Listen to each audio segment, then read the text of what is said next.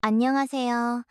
삶의 끝자락에서 다시 삶을 배우고 있는 사람입니다. 오늘도 이렇게 제 이야기에 귀 기울여 주셔서 고맙습니다. 살다 보면 참 많은 사람을 만나지요. 하지만 그 중에서도 유독 마음 한가운데 오래 남는 사람이 있습니다. 나의 어릴 적 친구도 아니고 함께 청춘을 보낸 동료도 아닌 어느 날 갑자기 내 삶에 찾아온 작은 존재. 바로 손자라는 이름의 기적입니다. 오늘은 그 아이를 통해 제가 다시 배우게 된 것들, 그리고 그 아이에게 남기고 싶은 말들을 조심스럽게 꺼내어 보려 합니다. 혹시 지금 이 이야기를 듣고 계신 분들께도 자신만의 손자 혹은 그와 닮은 존재가 있다면 함께 마음을 나누며 들어주시면 좋겠습니다. 자, 그럼 오늘의 이야기 조용히 시작해 보겠습니다. 손자라는 단어, 이 짧은 두 글자 안에는 말로 다하지 못할 감정이 담겨 있습니다.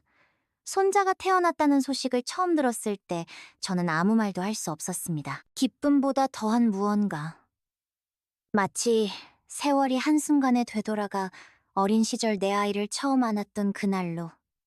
아니, 그보다도 더 먼 내가 한 인간으로서 처음 생명을 맞이했던 그날로 되돌아가는 느낌이었습니다. 아들이 아빠가 되었다는 사실도 놀라웠지만 그보다도 이제 나는 할아버지구나 라는 자각이 더욱 깊게 다가왔습니다. 처음 손자를 품에 안았을 때의 그 감정은 말로는 도저히 표현할 수가 없습니다. 조그만 손가락, 세상, 모든 것을 두려워하지 않고 마주보는 그 맑은 눈동자, 가끔 손끝으로 내 손을 꼭 잡는 그 감촉. 그 아이는 아직 아무 말도 못하고 어떤 세상의 고통도 모르는 순수한 존재였지만 오히려 저보다도 훨씬 더 많은 것을 알고 있는 듯한 눈빛을 하고 있었습니다. 나는 그 아이를 보면서 내 삶의 후반전을 다시 시작하는 기분이었습니다. 어느 순간부터 제 하루는 손자의 사진으로 시작되고 손자의 동영상으로 마무리되는 날들이 이어졌습니다. 스마트폰이라는 것이 참 고맙더군요. 멀리 떨어져 있어도 그 아이가 웃는 모습, 걷는 모습, 때론 넘어지기도 하는 모습을 매일같이 지켜볼 수 있으니까요. 그 아이가 컸다는 걸 볼 때마다 나는 내 아이가 또 한 번 자란 것 같고 나 자신이 다시 젊어지는 듯한 기분이 들었습니다. 하지만 기쁨만 있는 건 아니었습니다. 어느 날은 문득 내가 이 아이가 자라 청년이 되었을 때까지 살아있을 수 있을까 하는 생각이 들더군요. 예전에는 단 한 번도 언제까지 살아있을까 같은 생각을 진지하게 해본 적이 없었는데 손자가 생기고 나서부터는 그 아이가 살아갈 세상을 상상하는 것이 내 일상이 되었습니다. 내 인생의 시계가 얼마나 남았을까? 내가 이 아이에게 어떤 할아버지로 남을 수 있을까? 지금의 내 말 한마디, 손길 하나가 그 아이의 기억 속에 어떻게 남을까? 참 여러 가지를 생각하게 되더군요. 그 아이와 처음으로 눈을 마주쳤던 그날 나는 울고 있었습니다. 이유도 모르게 눈물이 났습니다. 마치 내 안에 오래된 무언가가 그 아이를 통해 치유받는 느낌이랄까요? 자식에게 미처 해주지 못했던 말들, 보여주지 못했던 따뜻함, 지나쳐버린 많은 시간들이 그 아이 앞에 서자 한꺼번에 되살아나는 듯 했습니다. 그날 이후로 나는 종종 과거를 돌아보게 되었습니다. 내가 아버지로서, 한 인간으로서 어떤 시간을 살아왔는지를 되짚어보는 시간이 더 많아졌지요. 어쩌면 손자란 단순히 내 혈육의 다음 세대가 아니라 내 삶의 흔적을 다시 비추어 보게 하는 또 하나의 거울이 아닐까 생각합니다. 손자의 눈을 통해 나는 내 인생의 가장 아름답고도 부끄러운 장면들을 다시 마주하게 되니까요. 손자가 말을 배우기 시작했을 때 저는 또 한 번 큰 감정을 느꼈습니다. 처음으로 할아버지라는 말을 또렷하게 부르던 그 순간 마음속 어딘가가 찡하게 울렸습니다. 저를 향해 두 팔을 벌리고 할부지 하며 뛰어오던 그 짧은 다리.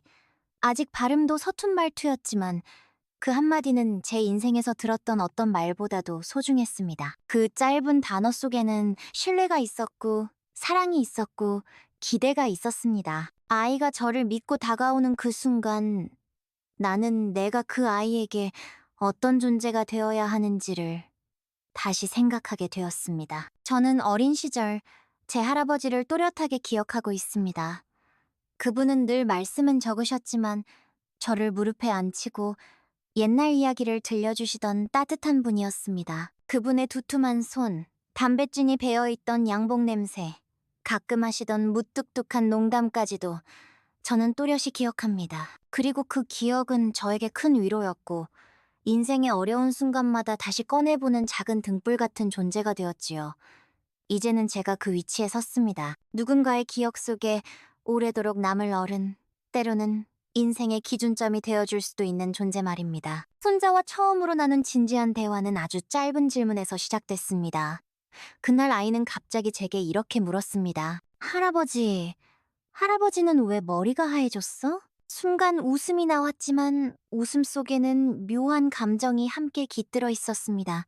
세월의 흐름이라는 것을 그 아이는 아마 이해하지 못했을 겁니다. 그러나 그 질문 하나가 저에게는 아주 깊은 사유로 이어졌습니다. 그렇지. 나는 어느새 흰머리 가득한 사람이 되었구나. 내가 흰머리를 얻는 동안 얼마나 많은 일을 겪었는가. 얼마나 웃고 또 얼마나 울었는가. 그 질문은 마치 누군가 제 삶의 전체를 돌아보게 하는 작은 열쇠 같았습니다. 그래서 저는 아이에게 이렇게 대답했습니다. 할아버지가 너처럼 작았을 때부터 지금까지 많은 날들을 살아왔거든. 그 사이에 기쁜 일도 많았고 힘든 일도 많았단다. 그 시간이 흰머리가 되어 나온 거야. 그 아이는 고개를 갸웃하더니 제 머리카락을 손가락으로 하나하나 세려는 듯 만지기 시작했습니다. 그 작은 손이 제 머리카락을 어루만지는 그 순간 저는 말로 표현할 수 없는 따뜻함을 느꼈습니다. 그것은 단순한 애정이 아니라 세대 간의 연결, 시간과 시간 사이를 잇는 아주 고요하고 성스러운 행위처럼 느껴졌습니다. 손자에게 말을 건넬 때마다 저는 조심스럽습니다. 아이는 아직 모든 것이 새롭고 세상에 대해 배워가는 중이기 때문입니다. 제가 던지는 말 하나, 몸짓 하나가 아이에게 어떤 인상을 줄지, 어떤 기억으로 남을지를 생각하지 않을 수 없습니다. 그렇게 조심스럽게 아이를 마주하다 보면 나 자신도 어느새 더 나은 어른이 되어야겠다는 다짐을 하게 됩니다. 예전에는 아이들이 어른을 보고 배우는 거라고만 생각했지만 이제는 아이를 통해 어른도 끊임없이 성장할 수 있다는 걸 알게 되었습니다. 손자와 보내는 짧은 시간들 속에서 저는 새로운 책임감을 느끼고 있습니다. 단지 가족이라는 이름을 넘어서 저는 그 아이의 작은 우주 안에 가장 오래된 별처럼 존재하고 있다는 사실. 그 별이 흔들리면 그 아이의 세계도 흔들릴 수 있다는 사실을 저는 잊지 않으려 합니다. 그러기에 나는 더 온전하고 정직하게 살아야 합니다. 내 말과 행동이 그 아이에게 어떤 의미로 다가갈지를 생각하며 하루하루를 성실히 살아야 합니다. 손자와 함께 있을 때면 자주 느낍니다. 우리가 사는 세상이 참 많이 달라졌다는 것을요. 그 아이가 사용하는 말투, 손에 쥐고 노는 기계들, 관심을 갖는 것들, 심지어 웃는 포인트까지도 예전 우리와는 완전히 다릅니다. 옛날에 내가 공기놀이와 딱지치기를 하며 웃음을 터뜨릴 때 지금 그 아이는 유튜브 속 장난감 영상 하나에 한참을 깔깔거립니다. 처음엔 그런 모습이 낯설게 느껴졌고 조금은 서운하기도 했습니다. 왜냐하면 나도 그 아이에게 옛날 이야기를 들려주고 싶었고 함께 딱지치기라도 하고 싶었거든요. 하지만 어느 날이었습니다. 내가 어릴 적에 즐겨했던 구슬치기를 손자에게 설명해주고 있었는데 그 아이는 고개를 갸웃하며 이렇게 말했습니다. 할아버지, 그게 왜 재밌어? 그 말의 순간 뜨끔했지만 곧 웃음이 나왔습니다. 맞는 말이었지요. 지금 그 아이에게 구슬은 단지 유리 덩어리일 뿐 그것이 재미로 다가오진 않을 겁니다. 나는 아이를 가르쳐야겠다고 생각했지만 정작 내가 더 많이 배우고 있더군요. 세대가 다르다는 것은 단순히 시간의 차이만이 아니라 세상을 바라보는 방식과 즐거움을 느끼는 기준 자체가 다르다는 것을 인정하는 일입니다. 그날 이후로 저는 손자에게 무언가를 가르치려 하기보다는 함께 배우고 느끼는 자세로 바꾸었습니다. 아이가 좋아하는 로봇 이름을 외워보기도 했고 아이가 즐겨보는 영상을 함께 보면서 이게 왜 재밌는 걸까 궁금해하기도 했지요. 그러다 보니 점점 더 아이와 대화가 많아졌고 오히려 아이 쪽에서 저에게 질문을 더 많이 던지기 시작했습니다. 할아버지, 옛날엔 핸드폰 없었어? 할아버지는 어릴 때 뭐하고 놀았어? 할아버지는 왜 엄마를 그렇게 많이 혼냈어? 그 마지막 질문은 조금 아팠습니다. 그렇지요. 그 아이의 엄마, 그러니까 내 딸 혹은 며느리가 되었겠지만 어릴 적에는 내 훈육 대상이었으니까요. 그 질문에 선뜻 대답이 나오지 않더군요. 그러다 조심스럽게 말했습니다. 할아버지도 그땐 몰랐단다. 어떻게 해야 아이를 잘 키우는 건지, 사랑하면서도 그걸 잘 표현하지 못했던 거야. 손자는 조용히 듣더니 한마디를 툭 던졌습니다. 그래도 지금은 나한테는 잘해줘서 좋아. 그 순간 마음이 뭉클해졌습니다.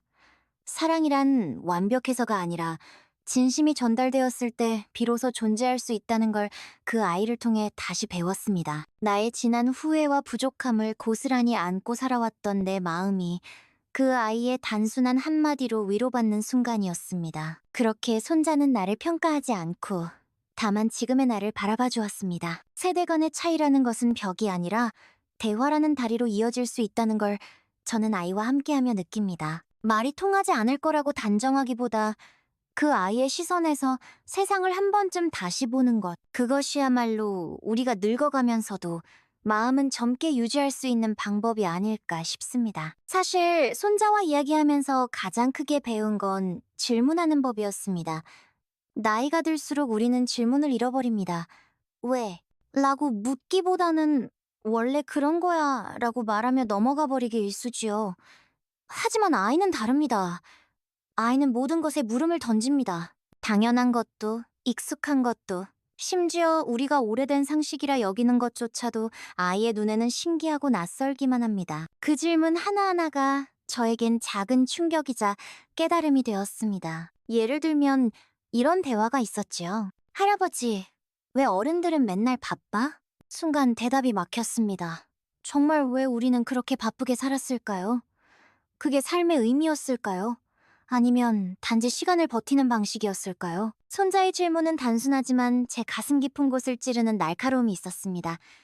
그리고 저는 또 한 번 다짐하게 됩니다. 이 아이가 어른이 되었을 때 그런 질문을 던지지 않게 해주고 싶다. 인생이 단지 바쁘기만 한 여정이 아니라는 것을 함께 걸으며 알려주고 싶었습니다. 손자와 함께 있는 시간은 종종 나를 먼 과거로 데려갑니다. 문득 그 아이가 바닥에 앉아 블록을 조립하고 있는 모습을 보다가 나도 모르게 멈춰섭니다. 그 조그만 손짓, 입을 삐죽이며 몰입하는 표정, 땀이 맺힌 이마, 문득 떠오르는 거예요. 어린 시절, 나도 저렇게 놀았구나. 지금의 나는 그렇게 바쁘고 복잡한 세상을 살아왔지만 그 시작은 사실 아주 단순하고 순수했었다는 것을 손자에게서 보고야 맙니다. 나는 어릴 때 흙장난을 참 좋아했습니다.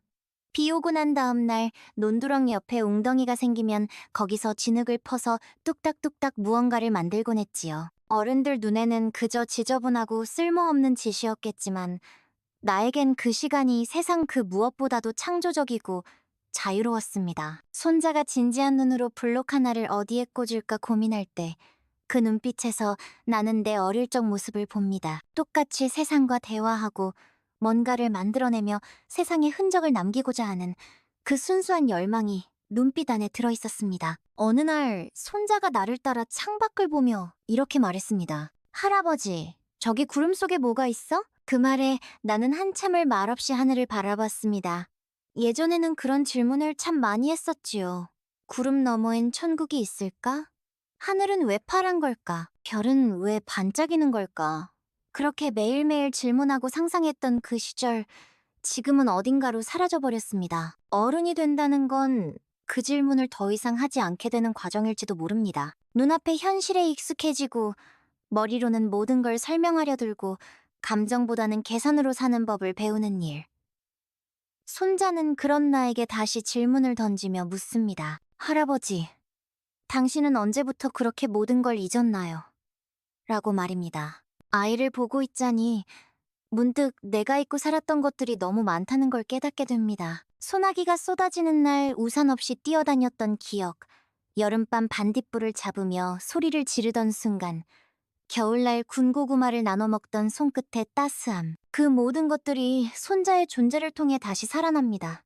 살아있다 라는 감각을 다시 배우는 것이지요. 사실 나이가 들수록 과거는 단지 지나간 시간이 아니라 나를 붙들어주는 뿌리 같은 것이 됩니다. 그리고 손자는 그 뿌리에 물을 주는 존재입니다. 아이와 함께 웃고 때로는 조용히 바라보기만 해도 마음 깊은 곳에서 무언가가 일어나지요. 바쁘게만 살던 날들 속에서 잊고 있었던 나의 본 모습을 아이는 자연스럽게 끄집어냅니다. 이런 경험이 몇 번 반복되다 보면 문득 내 삶이 그냥 흘러간 것이 아니라 쌓여온 것이라는 것을 느끼게 됩니다. 그리고 지금의 나는 내 과거의 모든 순간들이 모여 만들어졌다는 걸요.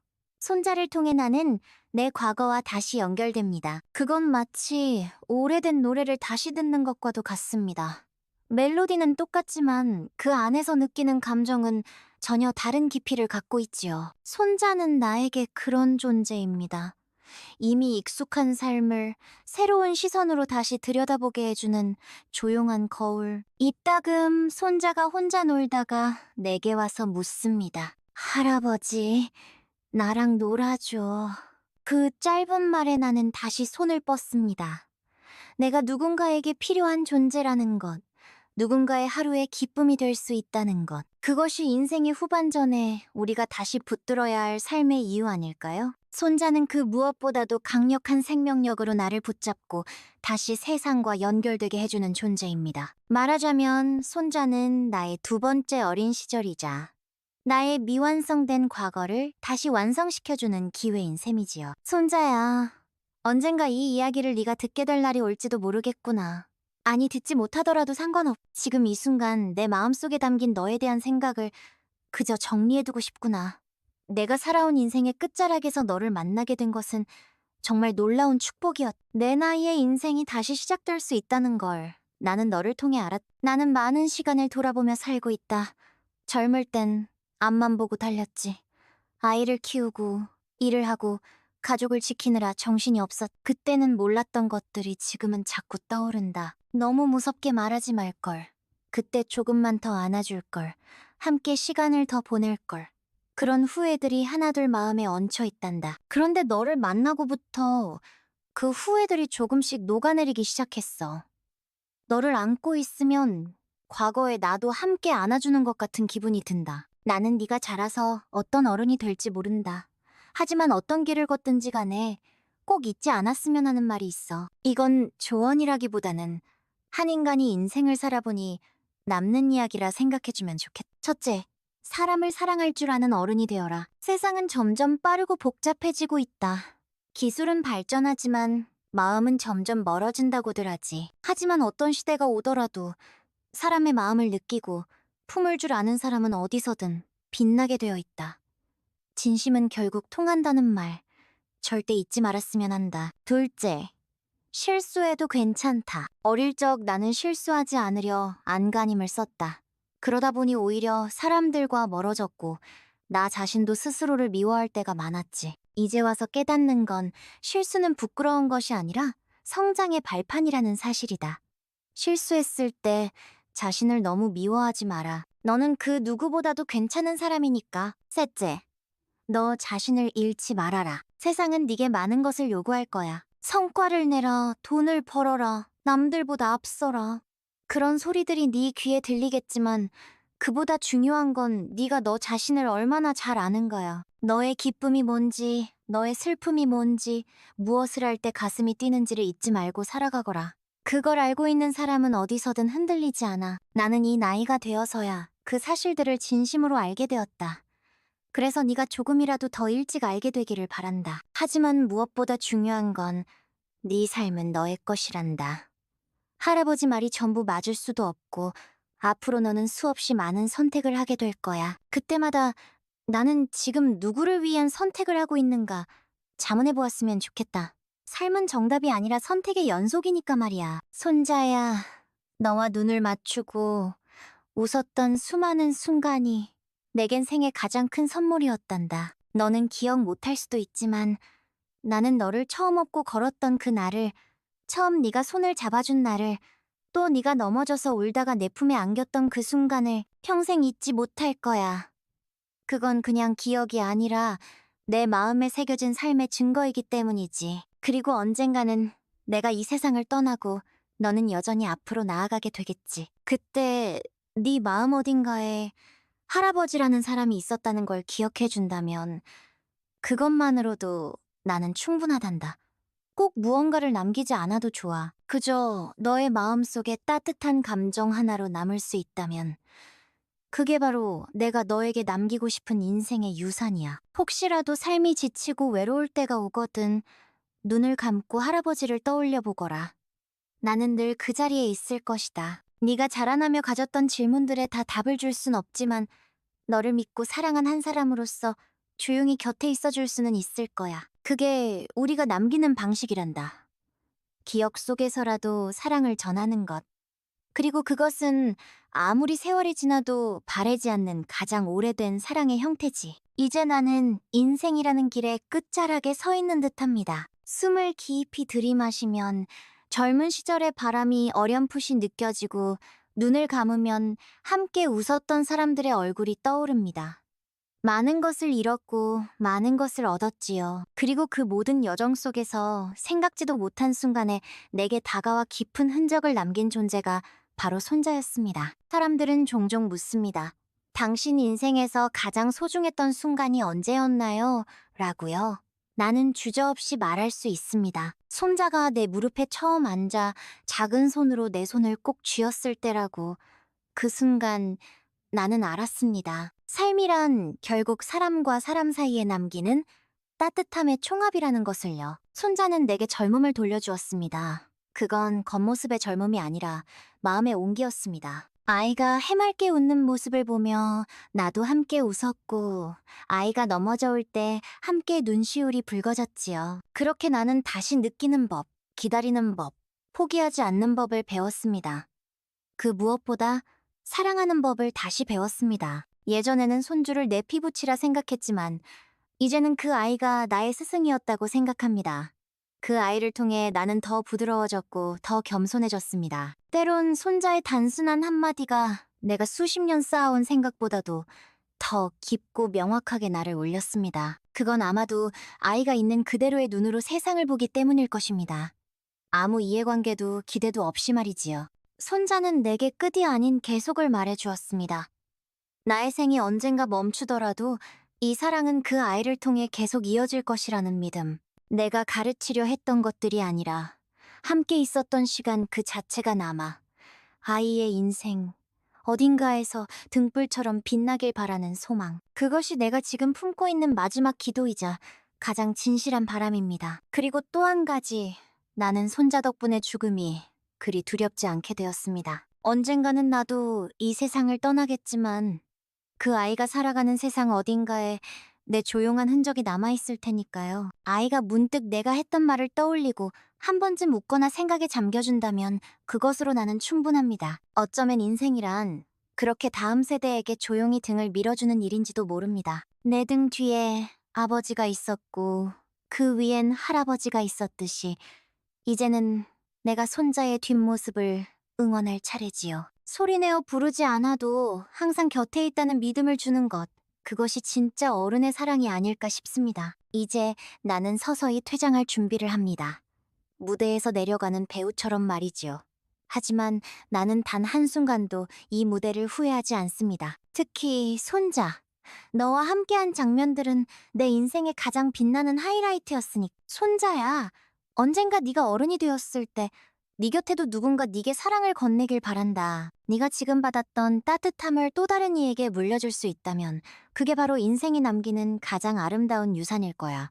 그리고 그때 너도 알게 될 거야. 삶이란 결코 혼자 완성되는 것이 아니라는 것을. 손자야, 고맙다. 내 삶의 끝에서 너는 내 처음을 다시 열어주었다. 내가 너에게 남긴 말보다 네가 내게 남긴 침묵이 더 컸다. 내가 너를 사랑한 만큼 너도 언젠가는 누군가를 그리 사랑하게 될 거라고 믿는다. 그리고 나는 오늘도 그 믿음 하나로 아주 조용히 웃는다. 오늘 이야기를 함께 들어주셔서 진심으로 고맙습니다. 손자라는 존재를 통해 제가 다시 배우게 된 삶, 그 속에는 말로 다 담을 수 없는 감정들이 숨어 있었습니다. 살아온 날보다 살아갈 날이 더 적어진 지금. 어쩌면 저는 손자를 통해 제 인생의 가장 밝은 장면 하나를 다시 찍고 있었는지도 모르겠습니다. 우리는 모두 누군가의 손자였, 또 언젠가는 누군가에게 조용한 어른으로 남게 되겠지요. 그렇게 사랑은 세대를 건너 이어지고 말보다 더 깊은 방식으로